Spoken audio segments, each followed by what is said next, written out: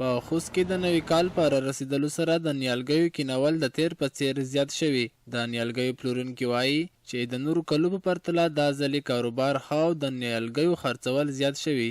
دوی وایي چې په اوس وخت کې د اړوندو چارواکو له لورې تر بل هر څه د بزګرانو لاسنیوی زیات شوی او بزګران هڅه کوي چې په خپلو سیمو کې مسامر او زینتي نیالګي کېنوي. د تیر کلو په نسبت سږ کال د نیالګیو کاروبار ډېر په مخ روان دی، ډېر صحیح روان دی. انشاءالله په آینده کې به نور ښه کېږي چې د حکومت موږ سره په دې کې لږ همکاري وکړي، دې ته مارکیټینګ پیدا کړي، دا به لا نور وغوړېږي دا کاروبار. یو نیالګی د هر یو کس کېنوي، د صوبه په نیت یې کېنوي. دا کې د ټول افغانستان ګټه ده، د وطن ګټه پکې ده. وطن به هم شین شي، سرسبز شي او ښکلا به پیدا کړي. بل لوري ته د کرنیزو محصولاتو کارپوهان وایي چې د هیواد سرسبزه کولو لپاره نیالګي کینول د هر افغان حق دی او زیاتوي چې یو نیالګی 40 کسانو ته اکسیجن برابرولو کې مرسته کوي. ما هم خپله شپېته دانې ونې وخوستې نیالګي.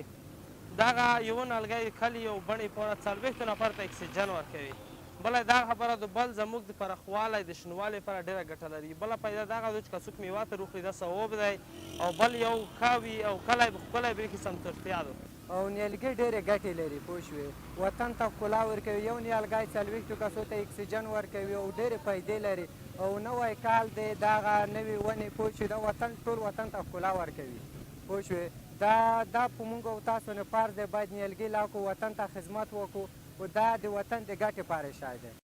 د کرنیزو چارو کارپوهانو په وینا که چیرته بزګرانو ته اصلاح شوي تخمونه او کیمیاوي سرې نورې هم زیاتې ورکړل شي، نو په دې سره به د کرنیزو ځمکو حاصلات ښه شي او هممهاله به د خلکو اقتصاد هم پیاوړی شي.